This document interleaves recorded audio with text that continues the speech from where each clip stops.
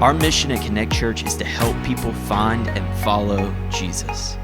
For more information on who we are and how we're doing just that, visit myconnectchurch.cc. Now, let's jump into this week's message from Pastor Blaine.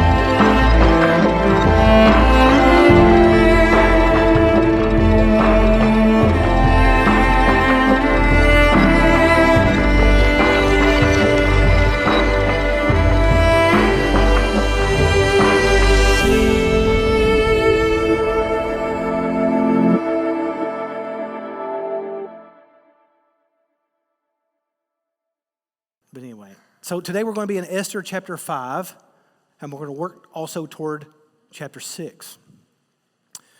We've been working our way through Esther, but before I get started, I would like to, I know there's a lot of folks that are traveling for graduations and stuff. We have a lot of folks here, and this may not be your regular place to worship the Lord. If this is your first Sunday here and you don't have a home church, or maybe this is your fifth Sunday here, but you don't have a home church, we'd love for you to consider yourself a part of our family here. That's what we are, just family, trying to love the Lord and serve the Lord together. So I'm really glad that you're here. Hope that you feel at home. And it's especially nice for Donetta and I, because we do have our family here from Kentucky to celebrate Haley's graduation. And I'd like to introduce my mom. They're not out here very often, and we don't get home very often. My mom, Ruthie Rogers, and my dad, Warren Rogers, so you can blame them for most of my foibles, and thank God for them. Donetta's mom and dad, Donna Woods and James Woods, sitting down here too, so I appreciate them being able to be here today and to celebrate with us. A milestone, and Kelsey James is here, our niece.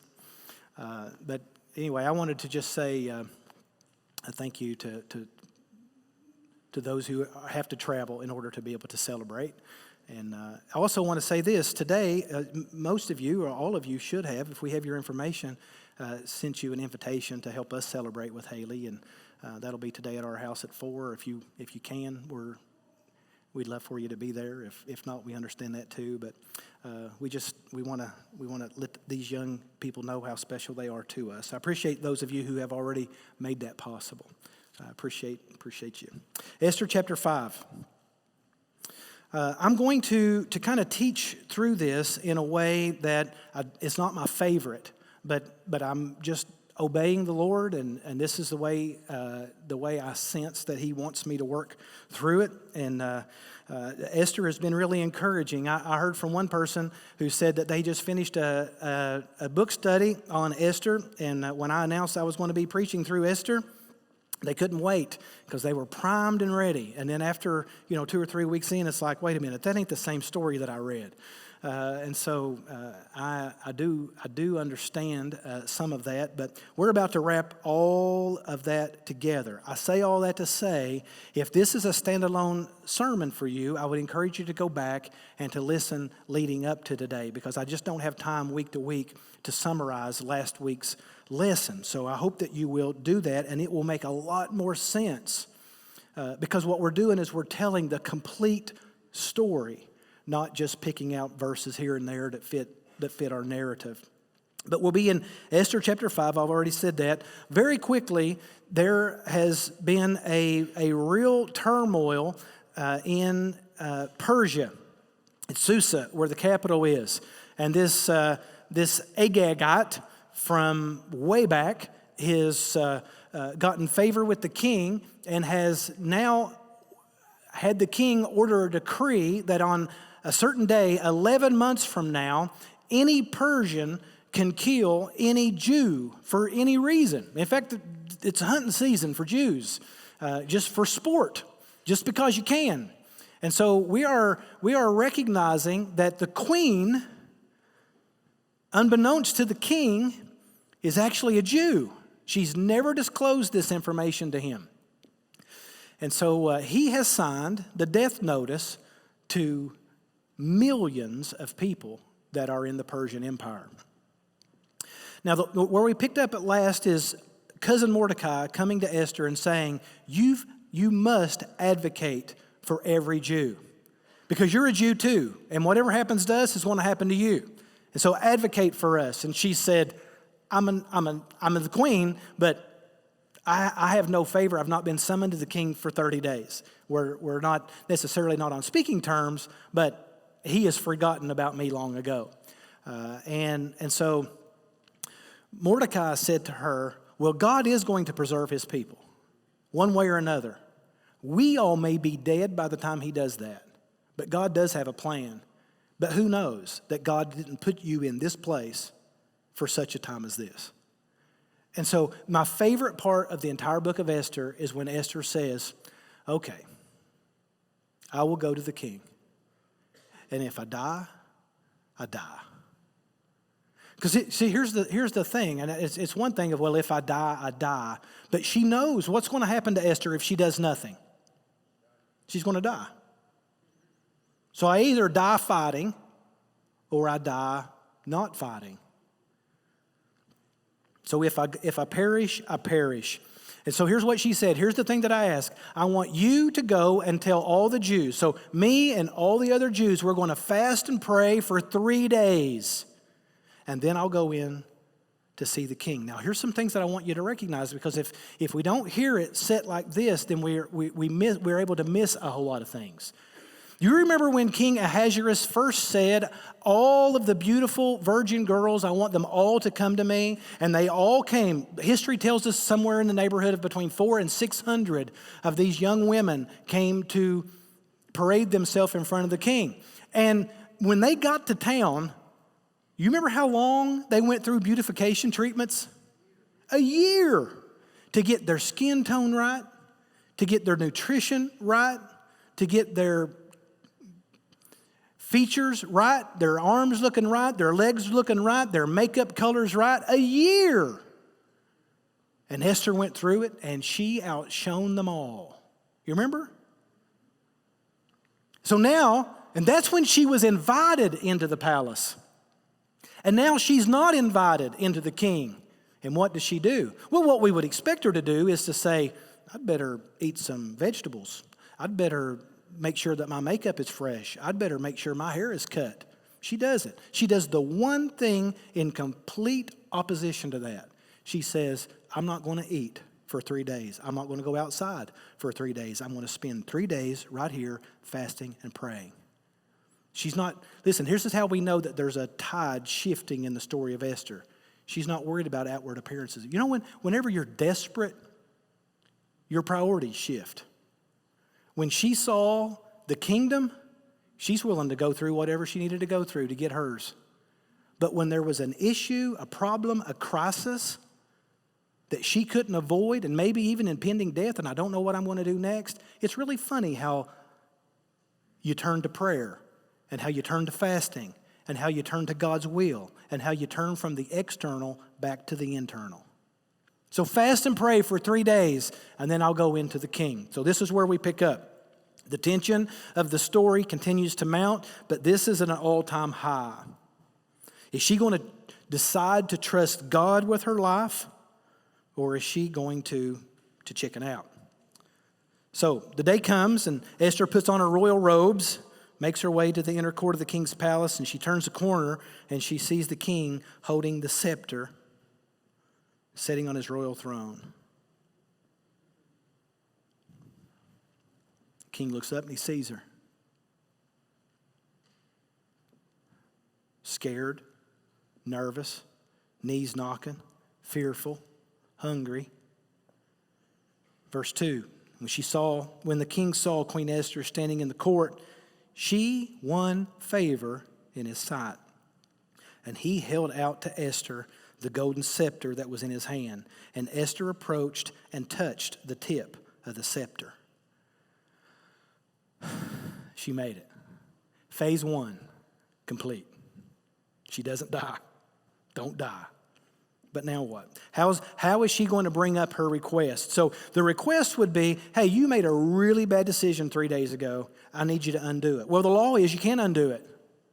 There is no undoing it. It can't be undone. So, king, you've got to figure this out because I'm going to die. And what would he say? I don't really care. I haven't seen you in 30 days anyway. I'll make do. I'm not going to look like a fool again. I've looked like a fool with Vashti. I looked like a fool to everybody in the province. I've looked like a fool to Greece. I've looked like a fool to Sparta. I've looked like a fool everywhere I went. I will not look like a fool again. So what does she say? Verse 3. What is it, queen? This is, wow, I don't know if he's like in a good mood. What is it, Queen Esther? What is your request? It will be given to you, even to the half of my kingdom. Can you imagine Xerxes the Great looking at this queen and saying, what can I do for you? I'll give you up to half of everything I have. Not only does the king say he wants to see her, the king also promises to give her whatever she asks for. Listen, this story couldn't be better.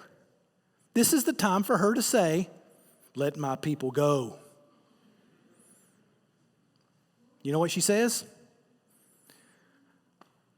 Are you hungry? I'll give you up to half of the kingdom. You remember, we're talking about $400 billion in annual revenue for the kingdom. I'll give you up to half of it. I've decided to put together a feast. I would love for you to come. Look at verse 4. If it please the king, let the king and Haman come today to a feast that I have prepared for the king. Now, I don't know if she's being a chicken or if this comes out of 3 days of prayer and fasting. But the king promises Esther anything, and she says, can I serve you? This couldn't possibly be the remedy that we're looking for, right? Look at verse 5. Then the king said, bring Haman quickly so that we may do as Esther has asked. So the king and Haman came to the feast that Esther had prepared. And as they were, of course, drinking wine after the feast, the king said to Esther, what is your wish? It shall be granted to you. What is your request? Even to the half of my kingdom it shall be fulfilled. There it is again. Second opportunity, same opportunity. I guess Esther knows what she's doing. Because now, he ain't thinking so clearly. Yesterday, he was on the top of his game. Today, he's got a little wine in him. She can ask, he's happy, he's full, he's a little drunk, and now they've been reacquainted. She knows that she can ask. She's not on shaky ground anymore. Esther says this in verse 7. My wish and my request is, if I have found favor in the sight of the king, and if it pleases the king to grant my wish and fulfill my request, you sense some redundancy in her. I'm trying to get there, but let the king and Haman come to a feast that I will prepare for them, and tomorrow I will do as the king has said. She's buying one more day. I've sensed such hesitancy that she can't bring herself to say. So instead of jumping to the tomorrow's feast like previously, the author tells us that Haman went out that day, verse 9, first part of verse 9, joyful and glad of heart. So in the story that follows Esther, when the characters all leave the story, the spotlight follows Haman, joyful and glad of heart. But when Haman leaves the palace, he saw Mordecai, this is in verse 9, in the king's gate, and he neither arose nor trembled before him, and he was filled with wrath against Mordecai. I'm not going to go back and rehash that, but that word is hema. It's the same word when Mordecai before was filled with wrath toward Mordecai, and it's the same word. He has not gotten over it. He is still seething, loathing Mordecai, because Mordecai the Jew will not bow down to Haman the Agagite. It's funny though, isn't it? Isn't it funny how, I want you just to notice, there are so many truths. I can't go into all of them, but every now and then there are just little truths, little nuggets I want to point out here. Isn't it funny how pride, arrogance, selfishness can take us from happy to wrath so quickly? I mean, he is with the king. The queen just invited him to lunch. He is joyful and glad of heart until that one person in the entire kingdom doesn't bow down to him, and now he's raging. Listen, so here's a good takeaway. When your happiness is dependent upon people, your anger is just right around the corner.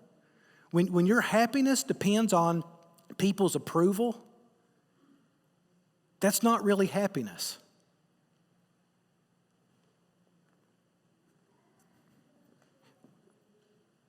When Haman's happiness is based on approval,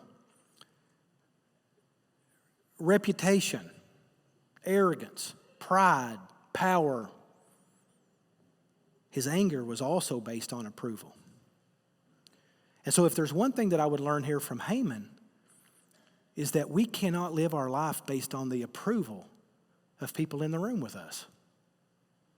It's no wonder we have so many emotional issues. Because, as I look around, not in the room, around in the world that we're living in, I see nothing but people wanting to live for the approval, or what does somebody think, or how many likes can I get, or how many whatever. We've really lost our footing of who we are and our identity in Christ. And we live rather for what do other people think about me, and what do I have to do to have the applause of other people. And when they give it to me, I'm happy. When they don't give it to me, I hate them. Verse 10, nevertheless, Haman restrained himself. He went home and he sent and he brought his friends and his wife Zeresh. Now I want you to notice, 3rd-degree murder is when you kill somebody on accident. You know, you're falling off the cliff and you catch yourself by them, and that's not a good thing. 3rd-degree murder. 2nd-degree murder is when you are super, super angry and in a moment erupt and take somebody's life. 1st-degree murder is when you've sat back and thought about it, planned it out, and fulfilled your plan. These are 3 different, mindsets. So what Haman does, he's filled with fury, so much fury that he moves from 2nd-degree murder to 1st-degree murder. I want you to see that. He's restraining himself to get worse. Well, the last time he was filled with wrath is when he went to the king and he said, I don't want just Mordecai dead. I want every Jew dead. So when Haman's friends and his family arrive, he brags to them about how awesome he is. Haman recounted to them the splendor of his riches, the number of his sons, all the promotions with which the king had honored him, and how he had advanced him above the officials and the servants of the king. And then Haman said, even Queen Esther, let no one but me come with the king to the feast that she prepared. And tomorrow I'm invited by her together with the king. He's telling these trusted friends, I am better than you. In fact, I'm better than everyone. And my relationship with the king has gotten so great, we're kind of besties. When Esther says, I want my husband happy, I'm going to throw a feast for him. Who would the king want in the room? Haman, all by himself. That'll make the king happy. And so, listen, this is the man that I am. I get to eat with the king by myself. Now listen to this. We're continuing. And he said, I have arrived. Yet, all of this is worth nothing to me, so long as I see Mordecai the Jew sitting at the king's gate. This is the part of the story where you expect Haman's friends and his family to kind of talk him down. Whoa, wait a minute there, Haman. You might have a little self-awareness issue. You might need to tone it down a little bit. Calm down. You're way too angry. But look what his wife says. Verse 14, let a gallows 50 cubits high be made, and in the morning tell the king to have Mordecai hanged on it. Then go joyfully with the king to the feast. And sadly, the idea pleased Haman, and he had the gallows made. Now, I'm not a Hebrew scholar, but I do want to bring out something that the text in English doesn't really communicate excellently. In the original language, the word gallows, when we think of gallows, we think of like the Old West, like hanging somebody from a rope, or the trap doors that fall and break a person's neck. That's what we always think of with gallows, but in Hebrew, that's not what the word means at all. In fact, the word gallows actually means, it means tree or wood. That's all it means, is wood. And when it says that to hang Mordecai, again, we think of gallows and hanging, it would make sense. But this word in Hebrew means to suspend. Now, so again, we could see a noose and a gallows like we imagine. But the truth of the matter is, this form of execution doesn't exist yet. But what does exist with wood and suspension is the earliest form of crucifixion that the Assyrians that were defeated just by the Medes and the Persians developed as the worst form of humiliating death the world probably has ever known. The wood was a sharp spear that was buried into the earth with a point on the top of it. Here, 50 cubits is 75 feet tall. Zeresh, Haman's wife, said, put Mordecai at the very tip top of that point. And what they would do is they would take a human being and set them on top of that point. Now, if you're talking about a 10 or 12 foot spike, which was normal, they would take their feet and pull them down that spike, and they would set them there until they were dead. And then they would leave them there so you would know, don't mess with Persia. So here's what we want to do. We want to make a 75-foot spear, set Haman on top of it, and let that sucker slide all the way down. And then they'll know, don't mess with Haman. And he was filled with joy and found pleasure in this form of execution.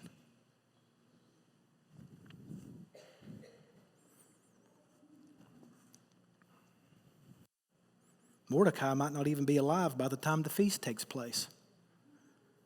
So what does Haman do? Well, again, reading between the lines, in the morning go to the king and tell him it's ready. This is the first project for tomorrow. So Haman leaves and he immediately puts his officials on forming this spike. And Esther keeps putting off trying to get the Jews out of trouble because she's living in fear. And I don't blame her. But the man who raised her is about to be raised. It's a good thing she doesn't know that. I know what we say. If God were to appear in the book of Esther, I think what we would say is, this would be a really good time for him to show up. Chapter 6, verse 1. On that night, the king couldn't sleep. The night that the stake is being formed to impale Mordecai. The king couldn't sleep, so what does he do? Well, the second part of verse 1 says, he gave orders to bring the book of memorable deeds, the Chronicles, and they were read before the king. Now, before you think that's riveting reading, actually, scholars, historians tell us that these chronicles of the kings, they've actually found a lot of these, that they're not like great saga stories. They're spreadsheets with dates and numbers, and so he's not looking for a riveting story. He's looking for something so boring that it would put him to sleep. It doesn't work. Hours pass by.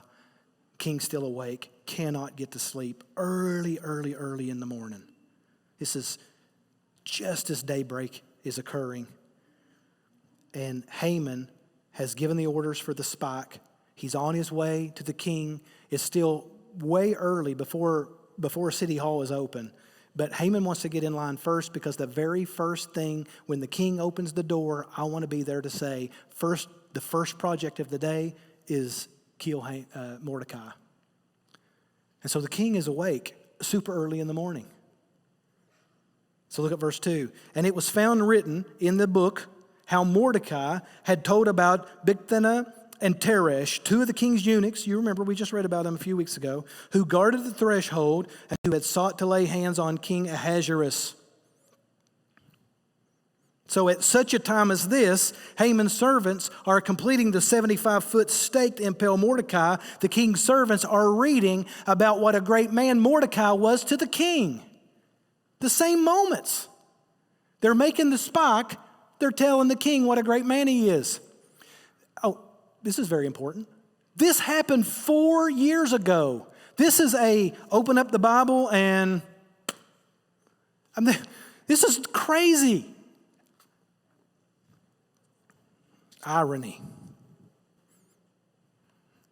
So, you remember Mordecai has now saved his life. Of all the stories in all of the books read to the king that night, you get to verse 3, King Ahasuerus, while he's trying his best to get to sleep, he says, wait a minute, what honor or distinction has been bestowed on Mordecai for this? And how they remember, it stuck out to them because nothing was done for him. Now here's another thing that we need to know about history. This was unheard of because what the kings of old would do is any value that a citizen had given them, they made sure they went overboard to say thank you. They wanted everybody to know that they were grateful. Because what it does is everybody's now looking to do great things for the king because he'll reward us too. So it builds loyalty and in great morale. So what did I do for that man? He's not really interested in Mordecai. It's more of I want to be reminded of how generous I am. So what did we do for that man? We didn't do anything for him. He sat up in bed and he said, what? What do you mean? We didn't do anything for this man. We need to do something for this man. Verse 4. The king, this insecure people pleaser, always needs advice. I need somebody else to tell me what I'm thinking. So he said, who's in the court? I need somebody to tell me what to do. And on any other day, the court would be empty for a few more hours. But on that day, Haman is leaving his backyard where the spike is being crafted for Mordecai to come first thing in the morning to be able to get Ahasuerus' seal of approval for execution. And so here comes Haman through the city gates. As soon as the official looks out the window, well, Haman's out there. Bring him to me immediately. Haman, second part of verse 4, Haman had just entered the outer court of the king's palace to speak to the king about having Mordecai hanged on the gallows that he had prepared for him. Now, of course, Haman knows it's early. He probably assumes he's going to have to wait.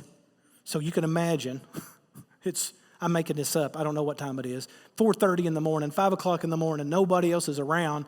And as soon as Haman hits the gates, they say, hey, Haman, the king wants to see you. Wait a minute, the king doesn't get up till 8. Look how important I am. The king wants to see me. I barely get through the gate, and the king wants to see me. Man, I am there. I am something. Timing is impeccable.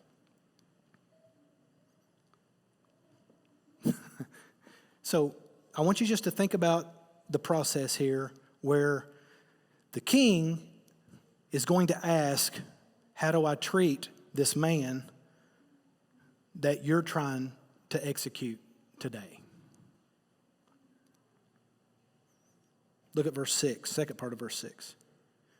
What should be done to the man whom the king delights to honor? He doesn't poll Haman. He doesn't tell Haman who he's talking about. He just shot straight to Haman. Well, we know whom the king honors. This is pretty easy. I mean, I had supper with him yesterday. I'm having supper with him today.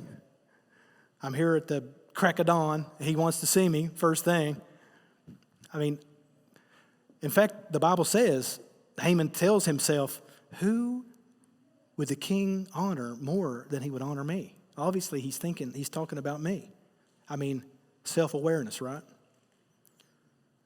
This third part of verse 6. Haman said to himself, who would the king delight to honor more than me? So Haman comes in wanting to kill and publicly shame Mordecai, while the king is wanting to honor Mordecai. Verse 7.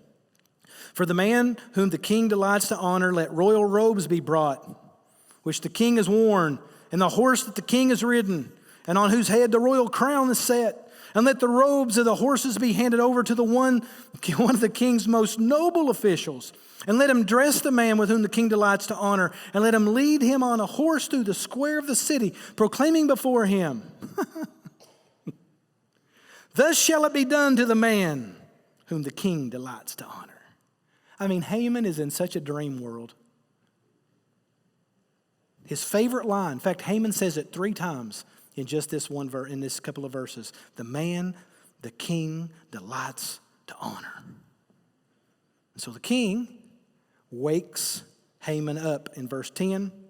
He says, all right, hurry with haste. Take the robes and the horse you have said and do to Mordecai the Jew. And you know what? I'm not going to get a servant to do it. Haman, I'm going to give you the honor. You take Mordecai through all the city and you tell everybody, this is the man whom the king delights. You imagine that? You ever told your kids to do something that they didn't want? They were obedient, but their heart wasn't in it. Can you imagine Haman with the reins in his hand? May this happen to anybody who king delights in. Yeah, I can't even imagine, hardly. And he said in second part of verse 10, leave out nothing that you've said. Haman knows that there is a 75-foot tall spike waiting for Mordecai. And now, while he should be sliding down that pole, he has taken him through every city street telling everybody what a great man Mordecai is. Isn't that irony? Isn't that like the epitome of irony? It'd be bad enough to watch it, but to be the mouthpiece, having to declare it. Verse 12. Mordecai returned to the king's gate, back to work as normal. Haman hurried to his house, mourning, with his head covered. You know, this is the only real spiritual moment that the book of Esther has had so far is fast and pray for 3 days. It's the only spiritual moment we've had yet. When Esther said, here's what we're going to do. If I die, I die, but we're going to pray first. When they set themselves to pray and they challenged all the Jews to pray and to fast, that's where the tide began to turn. In the story and in their life.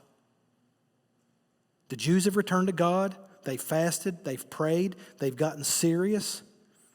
And they've now stopped mourning. They have now stopped fasting and praying. And now we're on the 4th day. Mordecai, instead of being impaled on a stake, is dressed in the king's robe with his crown on his head. And Haman, the enemy of the Jews, who has all the credibility, all of the honor, all of the prestige, is running to his house with his head covered in shame. It seemed like Esther's going before the king would be a turning point, but it's not. It's not the turning point. The praying and fasting was the turning point in the book of Esther.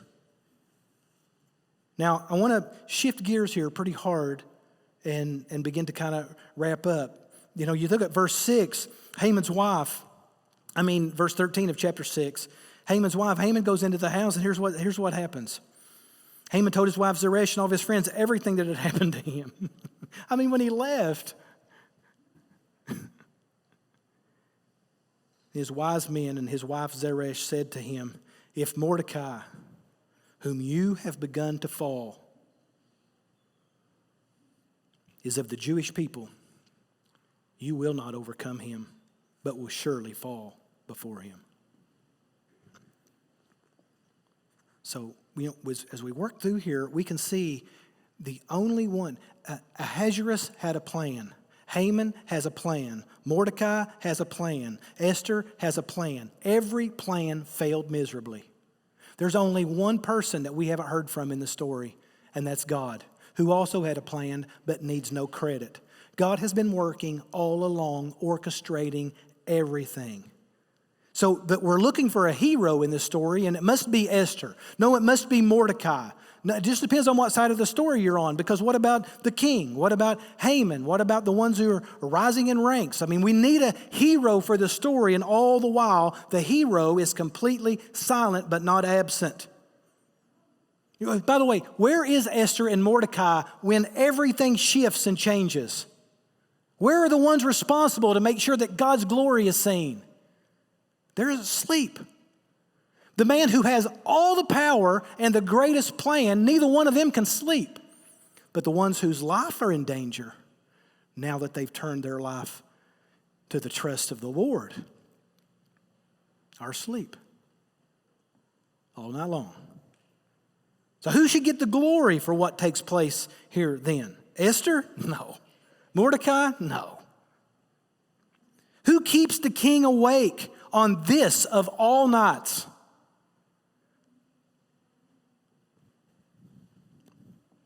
Why does the king decide to read the book of remembrances, and it just so happens it falls on the exact day of 4 years ago? How is it that the Persian king has forgotten to reward the man who saved his life? How is it that Haman just happens to be in the court at the exact moment that the counselors look out the window? How does the king neglect to mention Mordecai's name and just say, the man? Why in the world? That's the weirdest grammar ever. What made it about Haman? Made Haman so quick to just assume he was talking about himself. Why does the king ask Haman to carry out the project instead of some servant? By the way, all of these things are kind of impossible and ironic, but when you put all of those together in the same story, there is a hero emerging.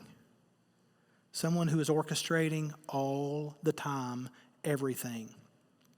And if you take everything that we've talked about over the last 5 weeks and you put them in the same story, God has been orchestrating the lives of these people for 500 years. And that 500 years ago actually began 1,000 years prior to that. Now, what we want to do is we want to notice the God of the miraculous. You know, that's when we notice God. And so when we need God to speak, we need God to work, we need a miracle. Well, I'm here to tell you that He is working in the mundane just like He works in the supernatural. The miraculous, the everyday. God's name's not mentioned in the book. It's pretty obvious He's at work. But we need a miracle. No, we need to be obedient to the day. We don't need to only be faithful when we see miracles, faithful when we experience healings, faithful when we see God do things that can't be explained any other way. We need to be amazed at the grace and the mercy of God in the orchestration of every day when He doesn't violate His natural laws. So when we live in days like we live in, it's really easy to say, why doesn't God speak? Why doesn't God show up? Why doesn't this and why doesn't that? We need a move from God. God's moving. And if you need the miraculous to recognize it, you're looking in the wrong direction. You're looking at the wrong kingdom. When the Jews got their eyes on the right kingdom, they began to see God in the mundane. But when they were focused on themselves and their self-awareness and their day-to-day needs, they couldn't see God. And I'm afraid that's exactly where we are in our country and in our own lives. We are so distracted by our own desires, that our own ambition, our own wants, that it takes the miraculous to get our attention. But I'm just telling you, now they didn't see it. I think we should give ourselves the benefit of the doubt. They don't see every little crosshatch coming together as God is forming the story. And we may not see it either. But when you can see what God has done, that's wisdom. But when you can be obedient, when you can't see what God is doing, that's faith. And that's what God has called us to. Not to be obedient when you see a miracle, but to be obedient when you don't. God is always at work, and He is always working for His glory. Listen, He is for you, but He's not working for your glory. His glory is for you. And if you're trying to orchestrate your life for your comfort and your ease and hoping that everybody agrees with you and wanting to be the majority, chances are you're working toward your glory. And I'm telling you, if you're living for your glory and your kingdom, you will not see the God of the mundane. But when you set your eyes on Jesus, you'll begin to see Him at work everywhere. He is working, orchestrating. He doesn't need credit. He's not going to declare it. He doesn't have to be stated. You're living it out. And if you're in the middle of something that you can't understand, if you're at a crossroads in life and you're trying to figure it out and you don't understand what's going on, you're not at the end of the story. I mean, you might see a sharp spike and wonder, when am I going to be called to that? Maybe you might think that, but the story's not over yet. There are still characters being developed, things that God is orchestrating and doing.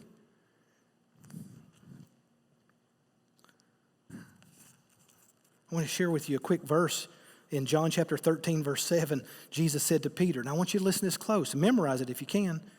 Here's what Jesus says to Peter. What I am doing, you do not understand now, but afterward, you will understand. Isn't that beautiful? What God is doing in your life right now, you may not understand it. But afterward, you'll understand. You'll understand that when God has a plan, God begins to orchestrate the plan.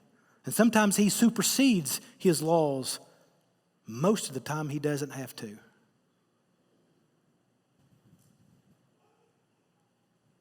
That's why when Jesus was born, it says, in the fullness of time, God gave His Son. I mean, the time was right. God is a God of timing. And I know your timing may be off right now. What you want to be accomplished and what God wants to be accomplished may not be the same thing. And God is at work. He is orchestrating. When you are beside yourself, when you have a death notice, when you have a world collapsing, when you have family issues, when you have financial issues, when you have work issues, when you have whatever the issues may be, I know you have come down to that place of desperation. And when you align your kingdom up with God's kingdom, you'll begin to see God is in complete sovereign control. Always. Always. Yours isn't to reorchestrate the details of the event. Yours is to be obedient to the moment that you're in and trusting Him.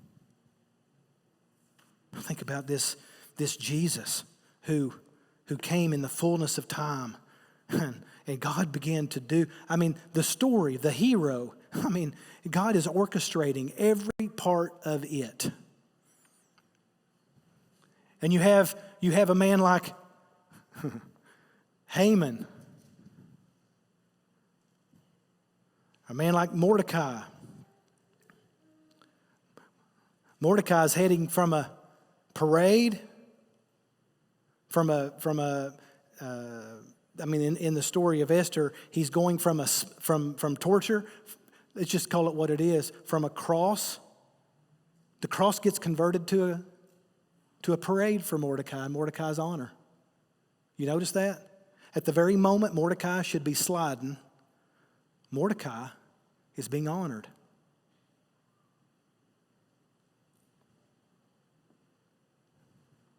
But I want us to fast forward to the greatest hero who went from a parade where he was being honored to a cross. It's just a reversal of the story where Jesus took all of our struggle, all of our pain, all of our issues, and they were nailed to His cross. So this morning, we're not quite finished with Esther just yet, but this morning I want us to kind of sum everything up with this. If you're the hero or if you seek to be the hero of your own story, you're doing it wrong.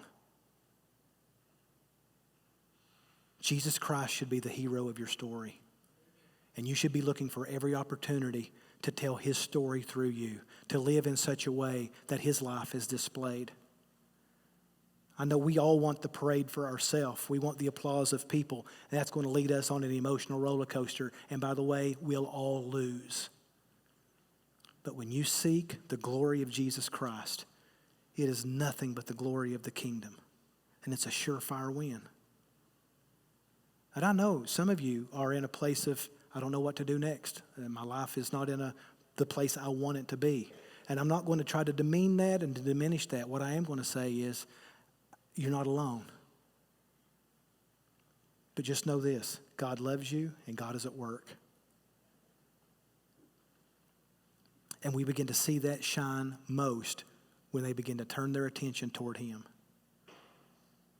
And so I want us to pray. But I don't want us just to pray to close a service. I want us to be people of prayer. Because once we begin to be a people of prayer, I'm telling you, you'll begin to see God in every corner. In every mundane thing about your life, you'll begin to see how he is intersecting everything. Well, Romans 8:28, and we know all things work together for good to them that love God and are called according to his purpose. So the things that concern us concern him. And he's at work. Let his glory be your pleasure instead of your comfort. Let's pray.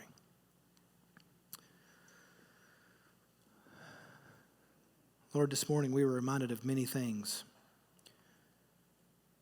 But the thing that I pray that we will walk remembering in your Spirit, that your Spirit would continue to teach us of who we are in Jesus. And Lord, I imagine that there are people in this room this morning that are not in a right relationship with you. We keep looking at circumstances, we keep looking at people, we keep looking at our feelings, our emotion. We keep looking at our events, we keep looking at our checking accounts, we keep looking at our mortgage payment, we keep looking at all of the things that distract us from the real things. And so we live so distracted that every day we declare we need a miracle. We need God to show up and show out and move. We need a fresh movement of God. The truth of the matter is, we need a fresh movement of our hearts from hardness to softness. You are at work already. You are moving constantly.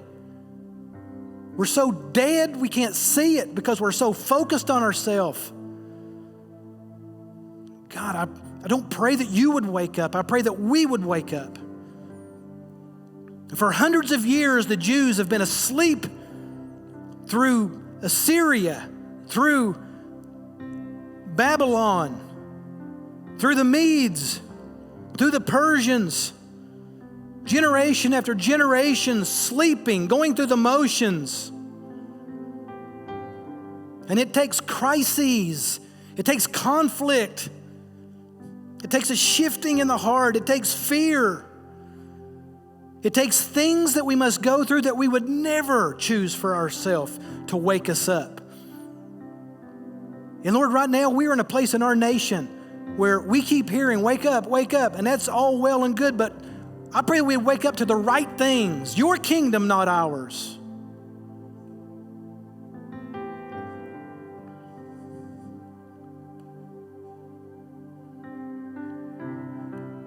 I pray that you'd help us to reprioritize what's important. And I pray instead of trying to come awake as a country, I pray that we would come awake as a kingdom. And the God that is already at work, a God that is already moving, a God that is already the God of the mundane and the miraculous, would be evidenced through your people who are people of prayer.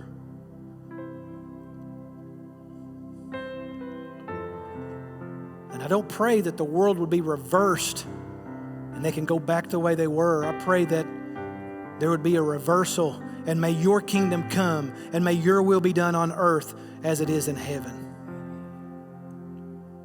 Lord, help us to be kingdom people.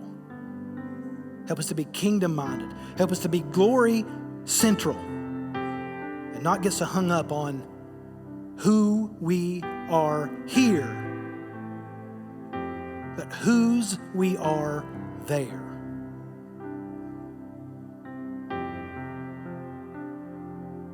And then we'll begin to see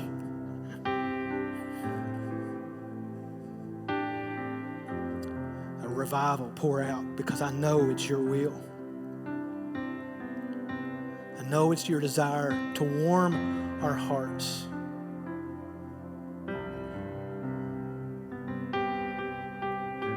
Lord, may it be so here. Let it start here. Let it go from here. And Lord, for those that are here today that are not trusting you, hearts are hardened, we're distracted by all the wrong things, I pray that today would be a day where there would be an awakening in our spirits. Your Spirit is speaking now, even right now. Your Spirit is calling us to yourself in a strong way. And we're going to listen for a moment, and we're going to forget it in a moment. But I pray that this would not be emotional. I pray that you would draw people to yourself. And if there has been a time, not been a time in somebody's life that's even in this room now, that has given their life to you and said, I'm going to be faithful to you, Lord, regardless of my circumstances. I surrender my sin to you. Lord, I want your death to be my death and your life to be my life. Lord, I pray right now your Spirit would draw people to yourself. In Jesus' name I pray. Amen. Will you stand with me, please? Listen, I know that the Lord is speaking to hearts this morning. And I don't want us to delay it, because I'm telling you, I do believe that there's a time coming soon, and prophecy and Scripture tells us that a time comes when God no longer deals with the hearts of a man. And I'm telling you today, if the Lord is dealing with you, if the Lord is calling you, if He is softening you, today is the day to make that decision. Not just to believe something, to act on something.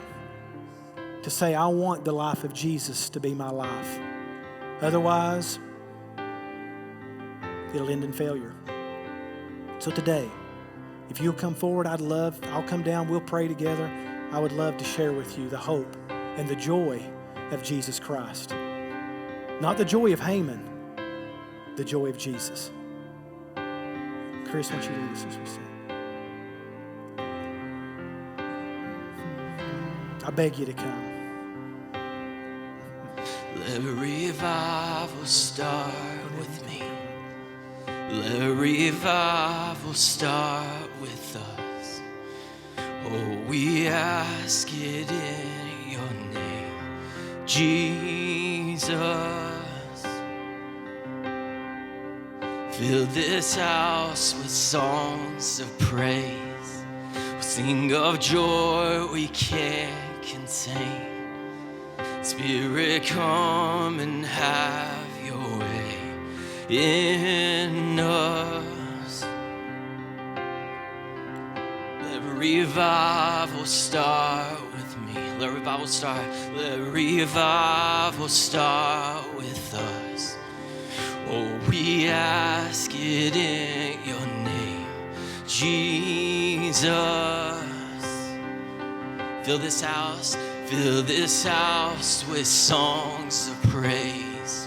We'll sing of joy we can't contain. Let your Spirit come and move in us. We sing, let revival start in me. Let's start in us. Let revival start in us. Oh, we ask it in your name, Jesus. Fill this house with songs of praise. Sing of joy we can't contain. Spirit, come and have your way in us.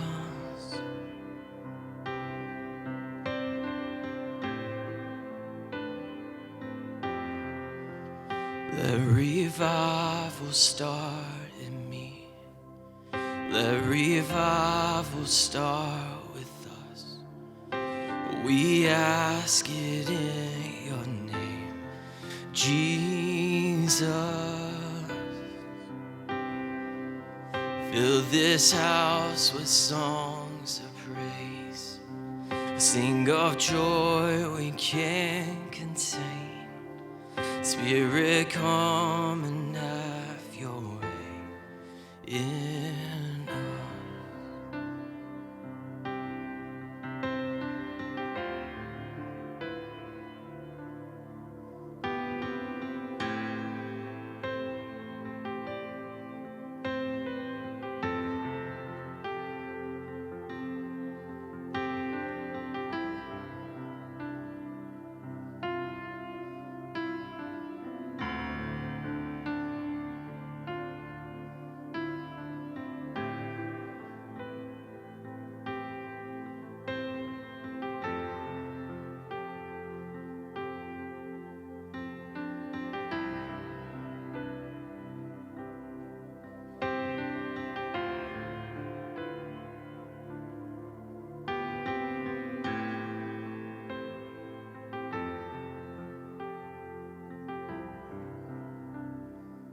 Sing that one more time.